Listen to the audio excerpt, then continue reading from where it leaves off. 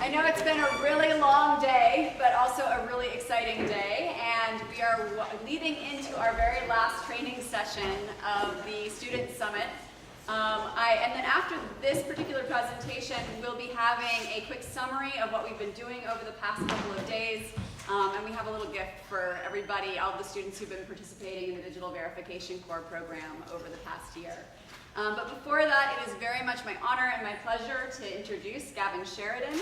He is, as many of you know, CEO of Viz Legal, which is a legal information startup. He is also the co-founder of Right to Know, which is a FOIA advocacy and litigation-based organization. He's co-founder of Dublin Legal Hackers. He's a member of the Technology Advisory Board for the Office of the Prosecutor at the International Criminal Court. He's also formerly a journalist and was innovation director for the news agency Storyful. Please join me in welcoming Gavin Sheridan.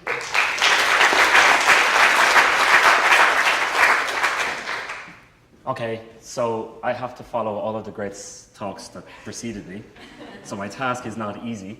I'm not going to talk about verification because I think it's been well covered yesterday and today, and I don't need to redo everything that the great guys before me have done. I was in Storyful from the beginning, and we kind of trained each other.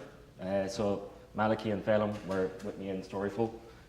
So today I'm not going to talk about verification skills per se. I'm going to talk about the relatively boring topic of organizing yourselves in this area, right? So nobody's allowed to fall asleep, even though we're coming towards the end of the day. The mission, so Storyful started in early 2010. I would have been talking to Mark Little, who's the founder, the year before, around the time of the Iranian Revolution. Because of the amount of content that was generated from the Iranian Revolution, Mark was very interested in that particular event, as was I, because I was watching it through Twitter. And Twitter was kind of taking off around that time in 2009. The Hudson River plane crash was kind of the crystallizing moment for journalism, that everybody who had not joined Twitter up to that point, who was a journalist, joined Twitter after the Hudson River plane crash, and even more so after the Iranian Revolution in the summer of 2009.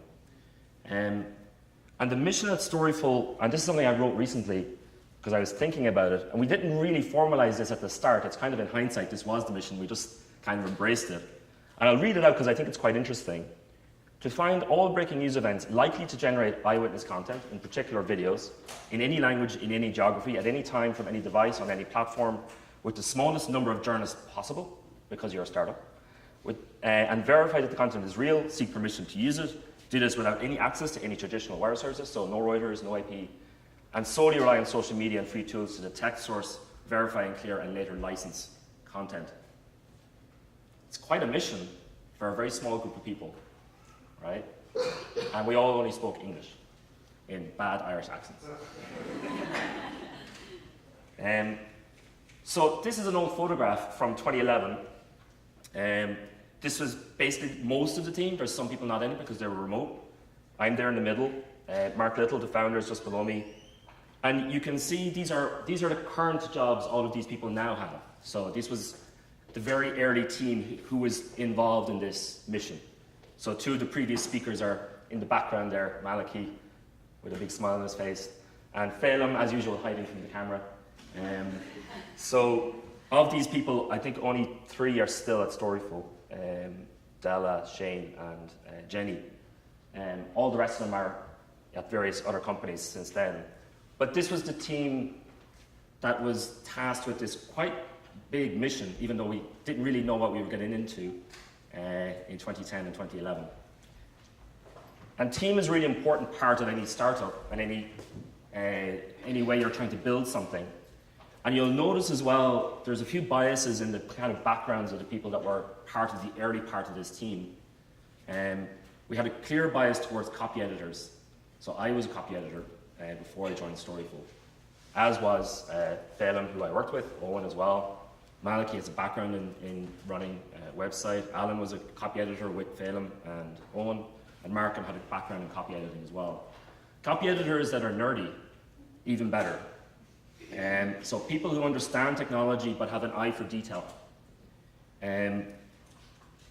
Technically proficient, nosy people who are copy editors. That was essentially the company. And, you know, we probably could have done more gender diversity, but these were people I just knew, and we started with that. It's got a lot better since then.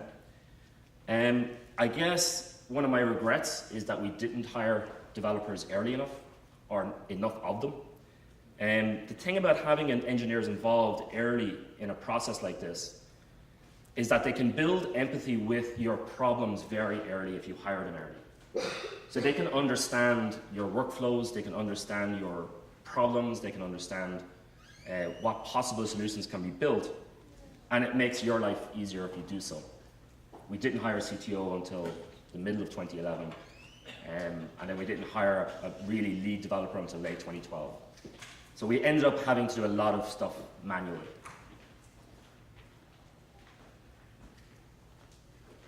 And I like thinking about things in first principles. In other words, what the hell are we doing? Because you're starting something new, and it's something that had not really been built up to that point. It was probably not possible to build it because of the existence of Twitter, the existence of other social platforms. There was no way you could monitor the world the way Storyful was without Twitter, essentially. You'd have to get wire services first. And then you boil it down to, I like this poem by Kipling. And the key answers we're trying to get are what happened, who done it, and where did it take place. We're not necessarily as an agency engaged in the why, or sometimes the how. We just need to establish and verify content. So that's kind of rolled into your mission objective. And then you boil down journalism to its first principles. And I think this is a reasonable definition. To source information, to filter and parse that information, and then to distribute the results. That's essentially what I would describe all journalism as, in one shape or other. So if you source something, that can include a whistleblower, it can include an FOI request, it includes watching a YouTube video. It's just information. And somebody, a human, has to go through a process with that information. And then as a result, write a story, or do a TV piece, or tweet, or whatever it is, to distribute what you've learned and what you've understood from the parsing. So that's what, as a newsroom, I guess, Storyful was engaged in. And we picked a really good time, or a bad time, depending on your viewpoint, to start this process. We had built a certain amount of tools early in 2010 that were essentially content management tools. But in earnest, we started doing professional services for other newsrooms in late 2010, which was just when Tunisia started. And everybody in the newsroom would recall this was essentially the newsroom for the following 18 months. Because you had revolutions or protests in Oman, Yemen, Egypt, Syria, Morocco, Libya, and Bahrain, all in Arabic, obviously. There was no Arabic speakers in the newsroom. We had to rely on some friends, or we had to rely heavily on Google Translate. We became very, very good at using Google Translate in all sorts of contexts. But it wasn't just those. 2011 was also the New Zealand earthquake, the Japanese earthquake, the riots in London, the death of Osama bin Laden, the Syria descent into civil war, the intervention in Libya, and the death of Colonel Gaddafi. All in the same 12-month period. It was a really, really, really interesting time to have to essentially do what a lot of you are doing as students, and everybody's essentially in the boiler room trying to sort this shit out. It's not an easy thing to do. But that requires, and it almost forces you to build good workflows and build systems and approaches about how you tackle this. So you have to try and scale up both the skills of the team, and you have to cooperate and communicate as effectively as possible because there's so much stuff. So comms is an extremely important part of how you have a team whose objective is as big as this. So you look at something like over-communication. In order for us to monitor the globe effectively, you can't have everybody in Dublin necessarily because you're in the wrong time zone for a lot of stuff, and having people working overnight is not ideal. So early on, we started expanding the team to other time zones who would be people that would work remotely. So first in Atlanta, and then in Hong Kong / Singapore, and also here in California. And I guess there's some takeaways, and some of this was coming up in the sessions yesterday about Slack. Over-communication is really important when you're working with remote members of the team. And that essentially what that means is that when they're not present and they're not necessarily in meetings, you almost have to overdo it all the time when you're communicating with them, both in writing and in calls. We had to do a lot of experimentation with how you manage the whole team from a comms perspective. So we started with Skype chat, because that was a free and available tool at the time. You have no money, you have no budget. Essentially, the costs all go on staff. So you don't really have a budget to buy anything besides your Google Apps account. Skype chat we used for, 6-8 months, and we broke it. The Skype chat could not handle the amount of messages we would send in any given week, and it just crashed constantly the more we used it. So we abandoned Skype chat and we moved to Yammer, which was later acquired by Microsoft. Conference calls with Skype were never that good. We'd also have one-to-ones usually over Gmail chat through the Google Apps account.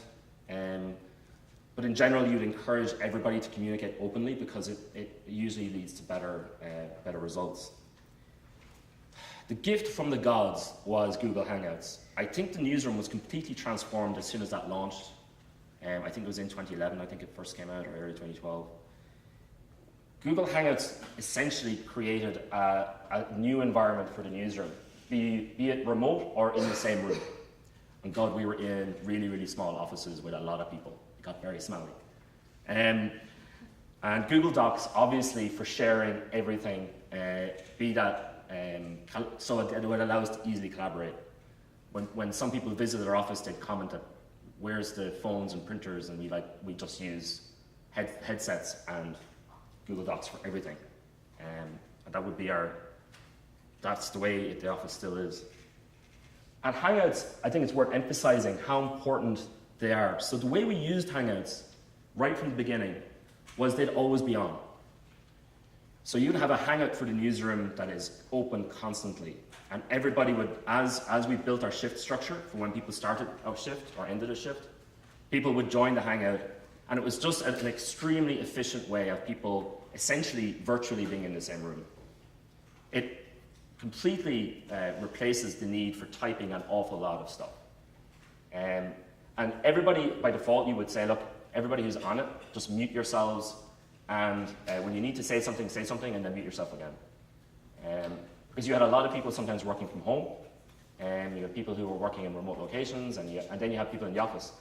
Regardless of people being in the office, it was important that members of the remote team felt a part of the team as well. So we would kind of make everybody in the office, even if you were sitting next to the other person, you'd always have the Hangouts on. And part of your kind of role was to always be in a Hangout, because you're always then available to talk. And if you're in a fast-moving situation, because obviously we did a lot of breaking news, you have to talk. Typing takes too long.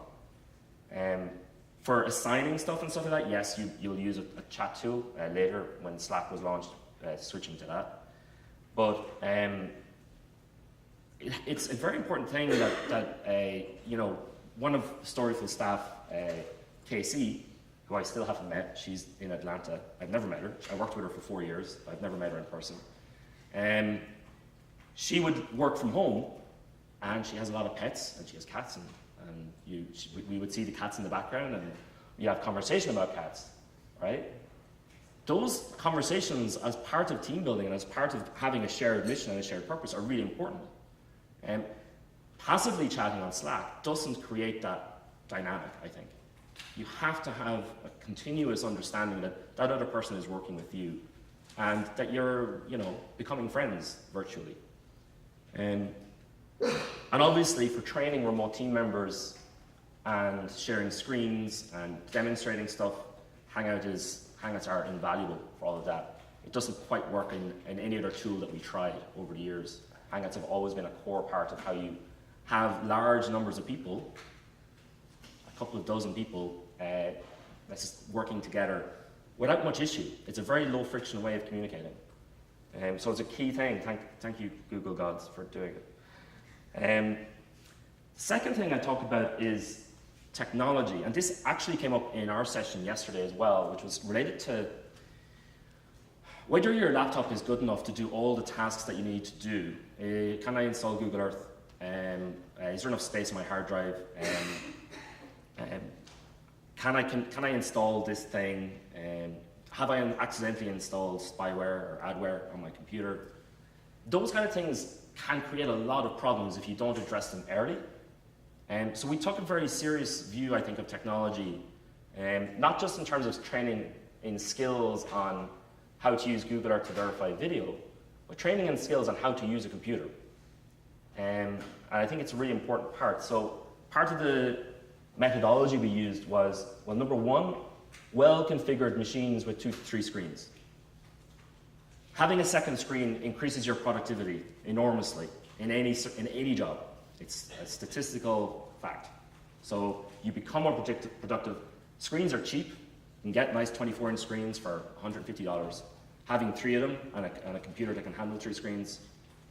Malachy had a great workstation in Storyful. We were all jealous. But having a lot of screens and a well-configured computer is really important. Because anything that delays your job or anything that slows you down, having low amounts of memory, getting errors in Windows or blue screens of death, they all prevent you from doing your job. And in a lot of newsrooms, the IT guy is the guy who prevents you from installing the things you need to install or uninstalling things that you need to uninstall, right? They can act as a blocker to the tools that you need. So it's very important that everybody takes ownership of their own kind of understanding of how to use a computer. It sounds kind of innocent, but it's really, really important. We chose Chrome early on because of its adaptability and the extensions that were available on it. I remember the day Chrome accounts launched because we deployed it in the newsroom that day to everybody. We converted or trained everybody on how to use Chrome accounts immediately. And it sounds like a minor thing, but it completely transformed how we were able to manage so much information flowing either internally or coming in from outside. So Chrome accounts, hands up who uses Chrome accounts. So not enough people, I would say. So a Chrome account is essentially multiple accounts that you can have with one install of Chrome, right? So you can have your personal Chrome account, you can have your work Chrome account, then you can have multiple other Chrome accounts that all have their own kind of version of browsing history, extensions, and so on. And one of the things that we did very early as well was we created shared Chrome accounts so that within a specific email address, everybody could log into the same Chrome account and then it would auto-sync all the bookmarks that everybody needed, all the extensions that everybody needed in the team. And I think that was a key thing. I remember going around to each member of the team and going, have you heard of Chrome accounts? No, we're launching it today, everybody's going to convert. And we did it relatively quickly, and it's nice when everybody's in the same room, and then you go to a Google Hangout and you explain it to all the remote team members as well. We're implementing this today. And everybody has to switch, and that's it. The same will be true of security features like two-factor authentication, where, you know, as was said earlier, it's always a trade-off between convenience and security. So you did have to deal with members of the team who were like, would roll their eyes at the idea that they had to use two-factor authentication, but you have to. It is a mandatory thing now. You will not work here without two-factor authentication, right? This was at a time when the Syrian Electronic Army were hacking newsrooms all over the world. So it's a clear possible threat. We also had a policy of, because we had work machines, don't store anything on them. Assume that we're going to wipe the hard drive of the computer. And there's a couple of reasons for this. One is that Windows 7 or now Windows 10 is sometimes gets weighed down as you install more stuff. It can get slow. If you want to optimize it, it's better just to assume that you don't actually store anything on it. Because what we could do then is create a thumb drive that had a default amount of applications installed on it, including a clean install of Windows, and then just go and wipe all the computers in the same day and reinstall all the stuff quite easily. There's a fringe benefit to that process, which is you're removing any spyware, adware, malware, or anything else that's on the hard drive, and you're just returning back to factory settings. So that has lots of good kind of benefits for everybody in the room. Your computer runs fast. you're optimized, and you're secure, or as secure as you can be. And default Chrome configurations, as I said, is extremely handy. There are risks to some extent with Chrome accounts, and that's why two-factor authentication becomes so important, because essentially not only is the Chrome storing or accessing your Gmail, it's storing your browsing history, it's storing your password, so it's a vector for attack as well, so you have to enforce strong security against it. But an incredibly useful feature. If you're not using Chrome profiles for your different personalities, then I encourage you to switch. It saves you a lot of hassle. And then the third thing I talk about is mentoring. And I was reading recently an article that was talking about, specifically in the journalism field, that we should stop sending people to journalism school. It's a controversial thing to say.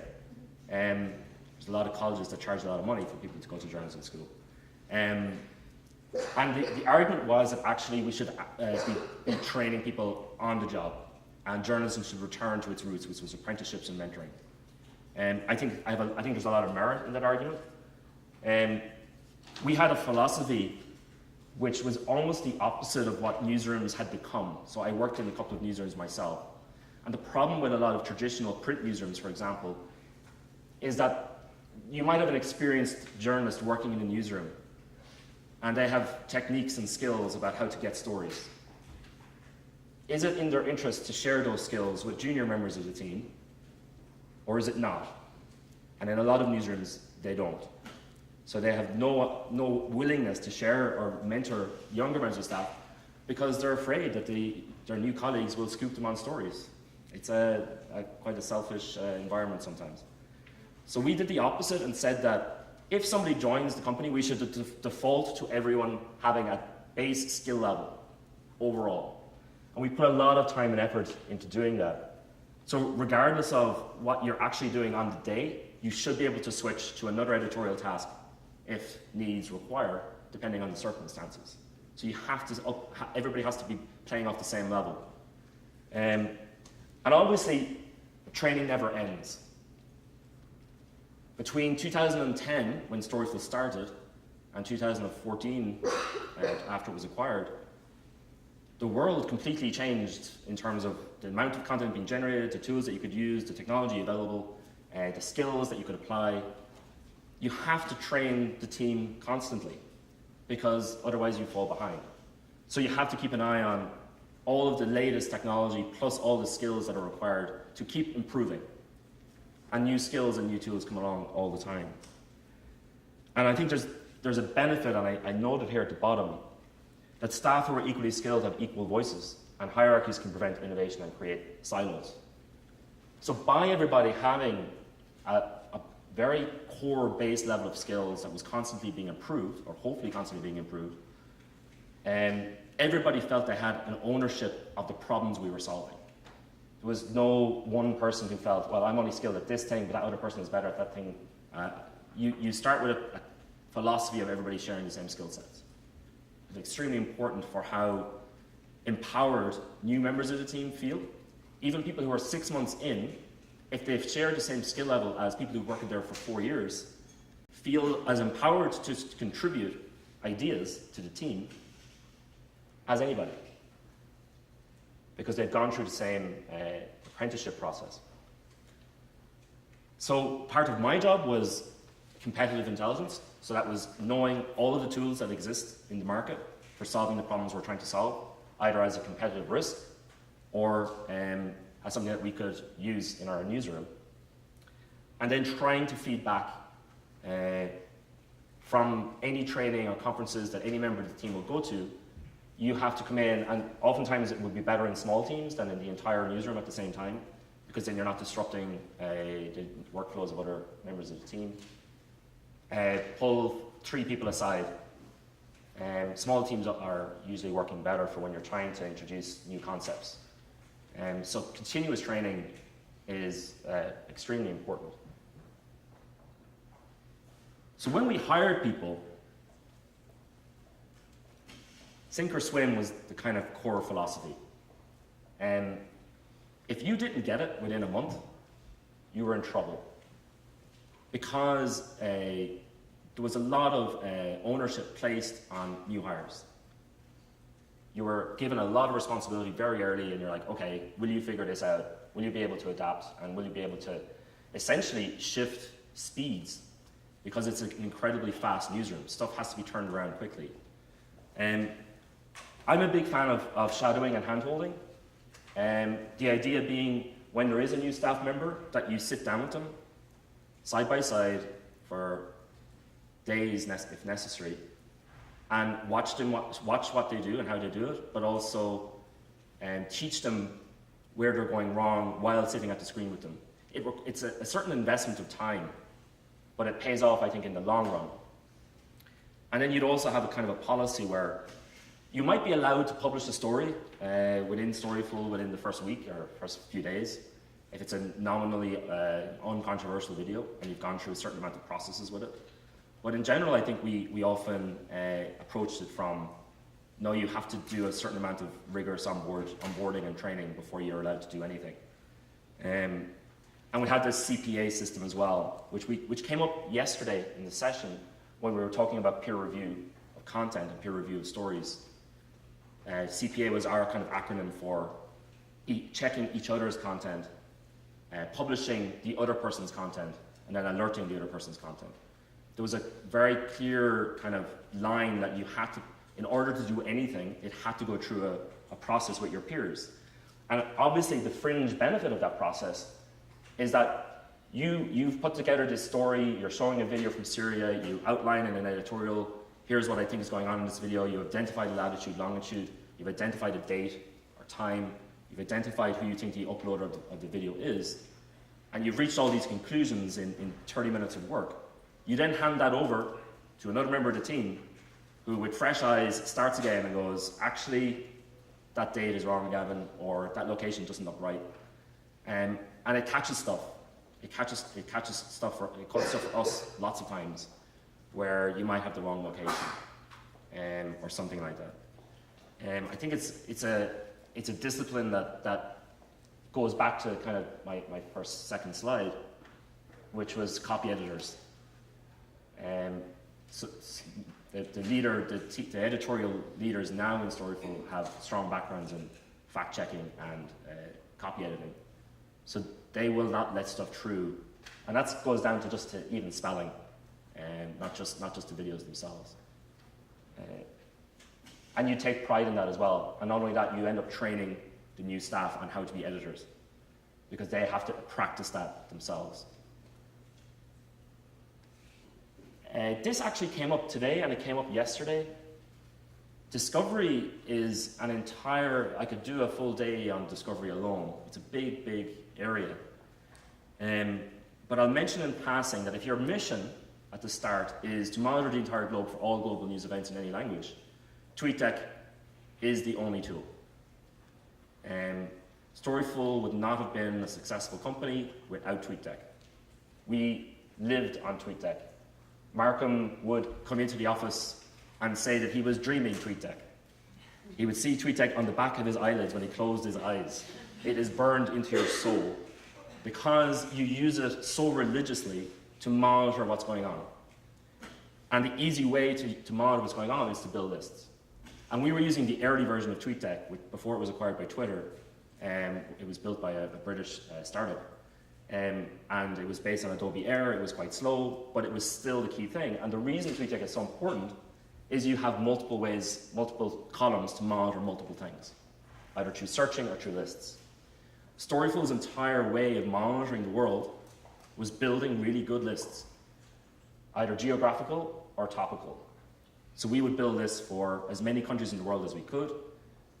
Large cities, we would build lists to monitor any city. The same for sports, build lists of all members of teams. And that would allow us an amazing amount of power to monitor huge amounts of information in real time.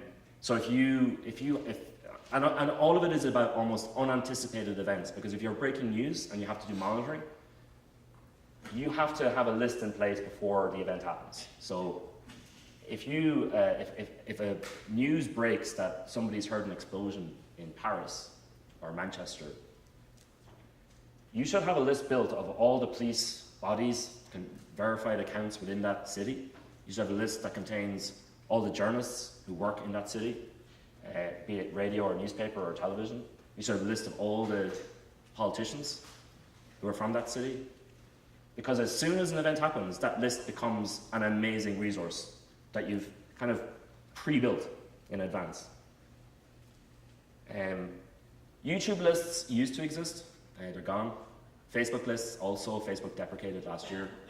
Instagram lists, there's not a feature in Instagram to build lists, so we have to build a tool to allow us to build lists.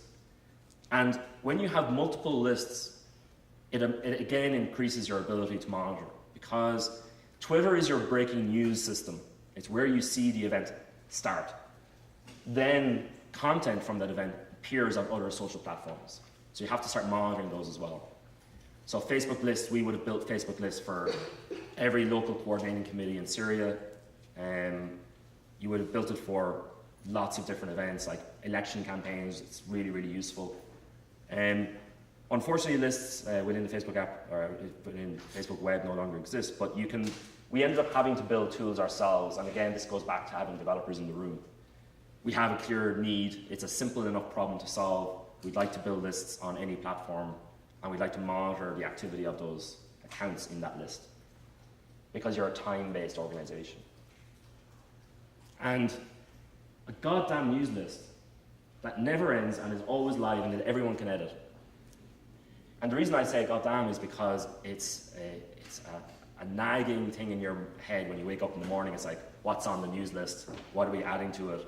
What's coming tomorrow? And you're also assigning tasks from the news list.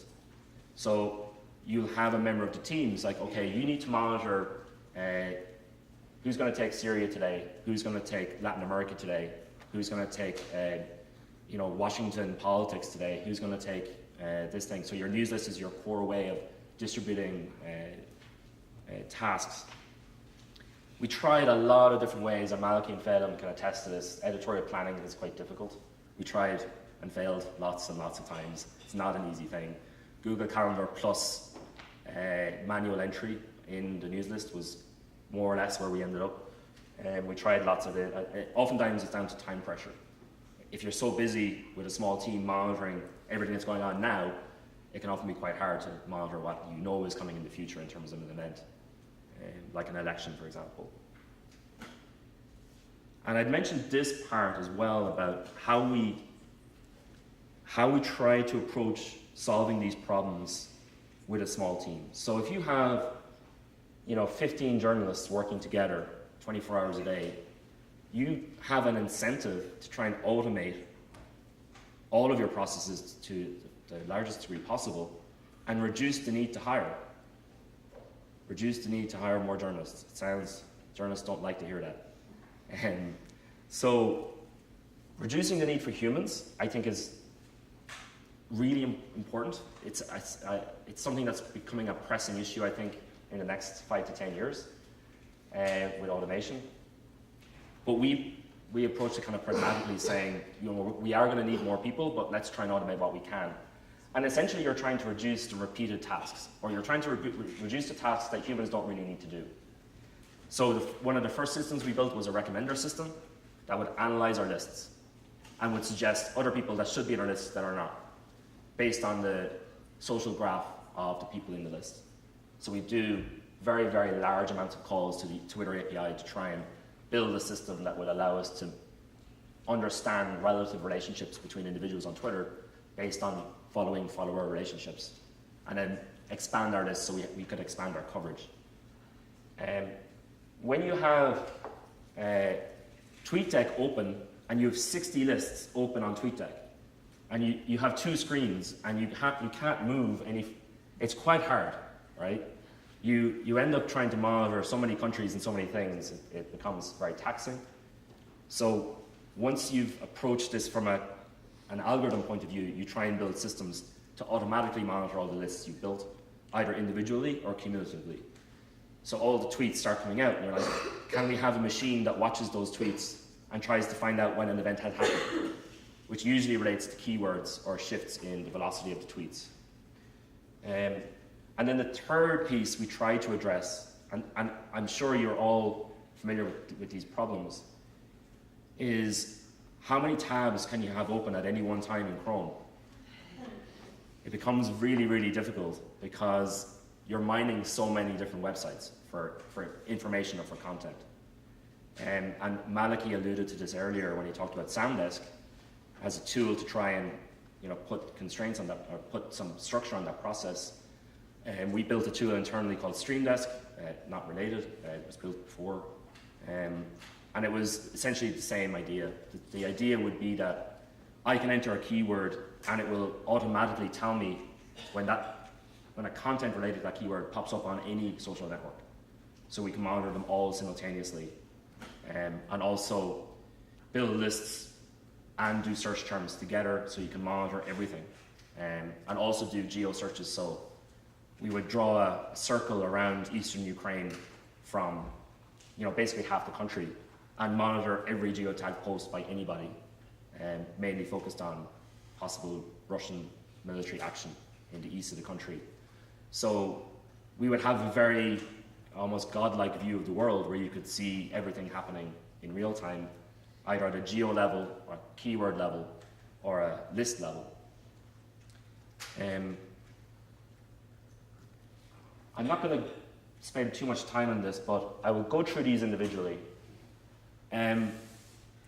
Hire people smarter than you is kind of in Silicon Valley certainly it's a commonly used phrase. I certainly hire people smarter than me. And I think Maliki would often refer to this team in Storyful in 2011 as the X-Men. We all had these kind of weird skills and we kind of combined them together into a newsroom. The second thing I'd say is that if somebody isn't performing, it might be that they're just not happy and they might be happier somewhere else. So, and that's almost a philosophy of startups as well, which was slow to hire, quick to fire. Training never ends. I'll emphasize that as well. If you're starting something and you're working on a project, bring it back to what exactly is it you are doing. Bring it back to its basics and then work from there. Organization is really important. Become a nerd. I think that's, if I can say one thing that you take away from today, I would say do that. So when we were discussing in our session yesterday general digital skills about how to use computers and understanding at a more fundamental level how things like the internet work, that gives you a base of then understanding how everything else happens on social platforms and so on. Knowing what APIs are. Maliki showed earlier simple things like inspect element in Chrome. Those are basic digital skills about how you interrogate information. But a lot of people are not quite at that level. So understanding things like IP addresses and this also goes into the previous talk, which is about information security. Understanding how email works, understanding how trace routing works, or how packets are distributed across a network. If you have those kind of skills, it's your base of understanding all the technology that's built on top of it, which is browsers and operating systems. Keeping an eye on the future. So that was also kind of part of my role when I was at Storyful. And I mentioned it in my question to Elliot Higgins yesterday. So if you guys are thinking about the day you leave academia and move into the workplace, trying to think about what the world looks like in 3 years' time is a great exercise for you to do. And it requires a little bit of discipline to go and read about it. And the question I asked Elliot yesterday was, what will you do when satellites are live and you're able to acquire imagery and video immediately? Live video from orbit. And to a lot of people, that concept is relatively science fiction-y, that the idea that you could just access a satellite and you could see straight away any part of the world from space. But that's going to be within 3 years. And it's going to be extremely cheap because of the amount of satellites that are being launched today. So two major companies, Planet Labs, are launching hundreds of satellites at the moment. And all those satellites will be imagery satellites that you'll be able to access very cheaply. There's other companies operating in the same space. And then when you watch the launch, say at SpaceX at Vandenberg earlier this week, they're reusing the rockets, which again lowers the cost of accessing space, right? So when you're thinking about your job over the next 40 or 50 years, you have to think about what the future holds and then adjust yourself to that possible reality to some extent. I certainly tried to do it in my startup. When you're thinking about, well, if the legal industry is this way, how will the legal industry look in 3 or 5 years' time? We did a lot of this in Storyful about trying to think about how newsrooms would look in the future. Or if you were starting today with a brand new newsroom, and you had the tools available today, or that would be available within a couple of years, what would that newsroom look like? And then build towards that. So I think it's extremely important that you think about not just the brilliant things that we saw today about the techniques that Elliot or Maliki will use, but what will be the techniques in 2 years' time? What information will you have access to that you currently don't? And then how you will adapt to that? And that's also a personal thing about what you're going to work at or whether the job that you're targeting will exist in 3 years' time. And I'll end by saying, watch Star Trek. If you haven't watched Star Trek The Next Generation, I'm really nerdy. I watched it when it was on in the 90s and the 80s. And the reason I say that, it's funny, I would strongly encourage you binge watch all the seasons. And the reason you watch it is it anticipates so much of what we're going through today in almost every episode. It thinks about the future in a very specific way. Because if you watch the evolution of the show itself even, you'll see devices and you're like, okay, we take for granted that iPads exist, but when I was watching that show in like 1990, there was no iPads, but they had iPads in Star Trek, right? So when you're thinking about the future and you're looking at what Star Trek has, you're like, well, that's maybe something we're going to have in the future. Mr. Robot, if you haven't seen it, and it relates to the previous talk, it's a really good TV show about hacking. And in season 1, it talks a lot about hacks that they actually use in the show were actually based on real-world hacking. So it kind of wakes you up when you watch the show going, okay, they can do that, and you're like, yes. And then Silicon Valley for humor purposes. And to some extent, Silicon Valley is also about how startup culture works or doesn't, and the nerdiness of engineers. And lastly, I'll show you the photograph. The day we were acquired, there's Mr. Murdoch himself talking to Mark Little and Shane Creevy in the background, taking a photograph of the photograph being taken. Very meta. And I'll conclude there. Have you any questions? Because one of the things that came up yesterday in our session, I think it might have come up in other sessions, was trying to understand structure. Structure on what you're doing in verification terms. So if you have any questions on, or anything else I've talked about. Yes? You mentioned that you use a lot of Google Calendar and sort of different disparate tools to do your scheduling and your editorial calendar. Is that right? Mm-hmm. You briefly mentioned, I think you alluded to using some newsroom dashboards, but like what are your approach to those, and have you considered using like Kamiako or other dashboards? I think if I recall correctly, we tried various approaches to this. I think Maliki I think he's lost a lot of hair having tried to solve this problem in Storyful. We stressed about it a lot. We tried a lot of things, but I think we only ever ended up using. I think we were so focused on breaking news that knowing that there's a specific election happening in 3 months' time, or knowing that there's a royal wedding, or knowing that there's the known knowns about future events, it never was a top priority. We probably could have done it better. We tried lots of tools. We ended up just actually knowing that we were all nerdy journalists and like knowing what was going on in the world. We just wrote it all down, and then we just factored that into our editorial planning. I think it's much better now there than it was when we were there, but there's no easy answer. Basically, is my answer. There's a trade-off between servicing your mission and then adopting new technologies. Yeah, to some extent. Yes? What would your advice be for a group that is working on stuff that possibly has very sensitive information and is concerned about transparency requests from Google or to Google by foreign governments? How do you mean?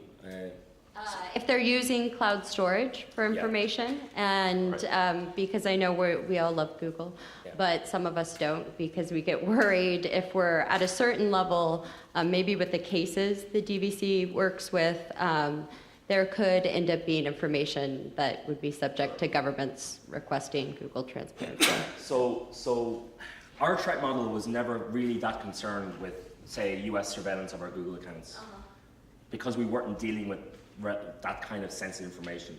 If we were, then we'd have to switch up and use something else, but only in relation maybe to that specific story or that specific event. In general, we had just assumed that our Google Drives were, or Google accounts were by default compromised to some degree by US surveillance at least. But our threat model was mainly focused on hacking by people like the Syrian Electronic Army, because we were a vector. Because if your client base as a newsroom, and you're also a company built on trust, that the other newsrooms are trusting your output of verified content, we could be easily a vector for infecting our clients. So if your clients are the New York Times or ABC News in New York or CBS or France 24 or the BBC, and they have 300 or 400 clients now in newsrooms across the world, you could easily be the vector for an attack to those other companies because of the close communications that you have with them. So that's why we focus mainly on that threat. Surveillance is an issue, but if we're dealing with sensitive material, we take precautions on that individual story that would not touch cloud services like Google's. Yes? How many people did you have monitoring TweetDeck, and how much information do you think they were really able to kind of meaningfully take in? So that was role-based. So we would set up, so in the team on any given shift at any time of the day, at least one person would be assigned only to TweetDeck. And they were essentially the people to detect the event and then assign the task out to other members of the team to go and track down content. All right, something has happened just now here. That person then will be on the Hangout, will say to other members of the team, something is happening, this looks big, we need to jump on this right now. In situations like the attacks in London or Paris or Brussels, that's when the whole newsroom kicks in. Calls are made to people who are not at work and are called in.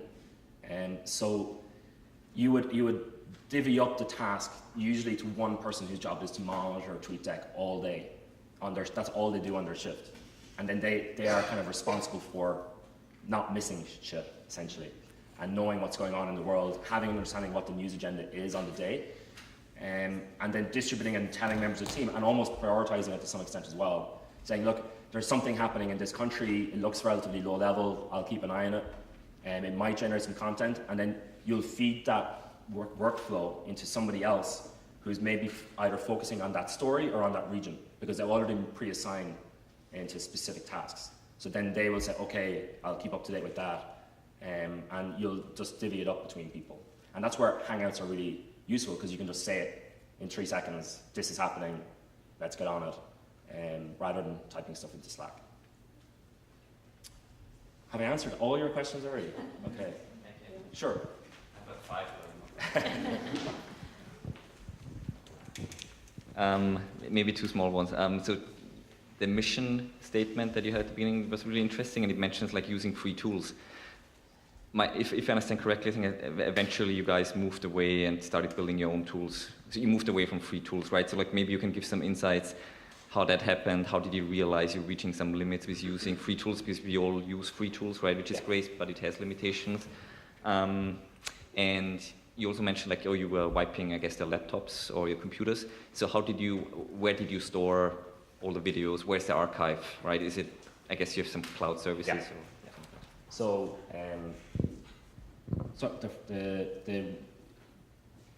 all the stuff we were using Heroku originally in the early days as a cloud provider for storing our own software.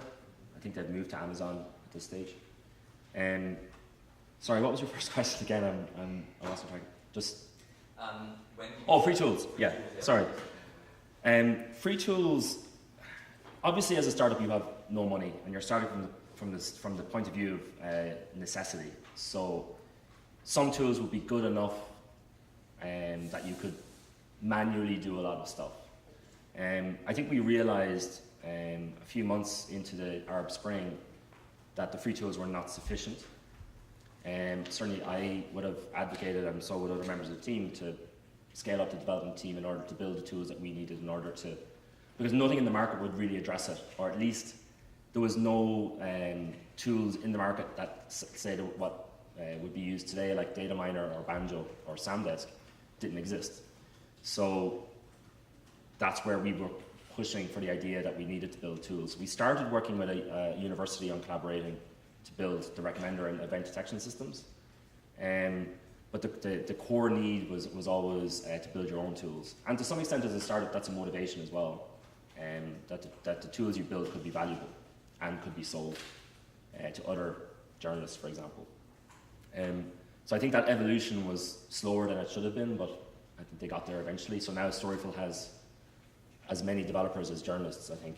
So there's 5 full stack dev teams who build trending tools, intelligence tools, content discovery tools, to some extent verification tools, and are rebuilding the event detection system at the moment. So I think you can do a lot with free tools. It just becomes difficult when the task is so big. So I think we were hard worked, I think, as a team in 2011, having to basically manually do everything. But I think we did okay. Does that answer your question? Yes? So going along with keeping an eye on the future, from your perspective, where would you say that the future of open source verification is in like 3-5 years? It's not an area I work in full-time anymore, so I don't have as much insight as I might otherwise have. When we were starting Storyful, I remember meeting Mark for breakfast, and he still had his RTE issued Nokia phone, and I had an iPhone 3G, I think, at the time. And I said to him, you need to get one of these because this is the way things are going. And he was like, he totally agreed. He was like, I have one ordered or whatever. But the point I was making was a broader one as well, which was everybody is going to have one of these at some point in the future. And there's one thing that I've worked in technology on and off for most of my life. And there's one thing you can always kind of bet on in a circumstance like that, is that the phones are going to get smaller, better, faster, higher quality. The connection speeds are going to get faster, because it's almost an inevitability partly related to Moore's law, but in general, that's what happens. So when we were starting Storyful, it was that view that you're punting in that in 5 years' time, which was 2015, that there's going to be first of all, that iPads will exist, because there was only rumors of iPads in 2009. And you're betting that phones are getting a cheaper, more people will have them, and therefore more content will be created, right? So that was in days before Instagram existed. It was before Snapchat existed. It was before WhatsApp existed. I think the challenges are those things. Closed networks are a challenge in the next few years. I think still managing information is still a problem, especially as it growing. I mean, it's not every person on the planet has a mobile phone yet, but they will. So in the next 5 years, as the price of high quality phones declines more, it's already quite cheap. You can get very high quality Android phones now from China for a couple $100. As that increases, we'll still face this volume problem. How we address it is probably the other side of the equation, which I mentioned earlier, which is algorithms and machines helping us to do that. In terms of the broader next 3 to 5 years in eyewitness content, I can't see anything else beyond that. I think what I mentioned earlier about satellite imagery is a thing. It's obviously the second thing is drones, and the use of drones, I often think about it in terms of when I'm walking through Berkeley today and I don't see any drones in the sky, I think that's probably exceptional. In 5 years' time, there's going to be a lot more than none, flying through the sky all the time on pre-planned routes at certain altitudes. Certainly when necessity is the mother of invention. So whenever I see a situation in the world where people are using existing cheap technology in new ways because they have to, I get really interested in what effect that's going to have in the future. So when I see over Mosul, that's at one day a few weeks ago, there was 75 drones flying over Mosul. Some of them owned by the Iraqis, some of them owned by US forces, some of them owned by ISIS. ISIS are modifying drones to drop munitions. America is buying a lot of drones now that are suicide drones. I think that when you see that in situations like that, you just think forward and go, okay, what will that look like in normal situations and what will the drones be used for? So if I was to say space technology and drones and more people having mobile phones, that would be my bets. Does that answer the question? Sorry, I've rambled a bit. Yes. I see how that applies to open source verification. I think with open source verification, you're going to get better tools. There's going to be more information, but the tools will get better too. The algorithms will get better. Automation, machine vision relates into that automation answer. So machine vision is right now quite low level. It's like when you're using your Google Photos account and you type in, instead of doing keyword search, you're searching for objects within the photographs you've taken. So Google is using neural networks to do that, right? That cost of doing that processing will fall a lot. And a lot of it will be open source. So the idea that machines will be watching the videos before you watch them is a possibility. The idea that objects and things will be identified within videos before a human ever looks at them is inevitable. It's just down to processing speed and algorithms. So that's where I think with open source investigations, you could argue that they're going that direction. Is that all the questions? Okay. Thank If you. you have any other questions, you can ask me afterwards, or tweet me is probably the easiest way to contact me. Thanks, everybody. Cheers. So I know Gavin talked a lot about keeping half an eye on the future, but I hope what's also obvious from his presentation, and probably is how important it is to also keep half an eye on the past and to see what we can learn from previous ways of doing things that potentially feed into that future vision of what we'll be doing, which is why I'm so glad he was able to talk a little bit about Storyful, because I do think there's lessons learned not only from their experience in open source investigations, but from traditional investigations. And we need to be critically kind of sifting through both that future and the past to figure out the tools that are most impactful for us now. And particularly as the technologies get better and the surveillance get better, it may be turning back to old ways of doing things that in some ways might be safest. What's coming up next? We're going to be heading back to the Bowles Hall Lounge for one final get-together as a huge group. It'll be a short meeting, but hopefully, but one that's really important, I think, to get everybody for one last comment. So please join us back there, and please join me also in thanking Gavin one last time.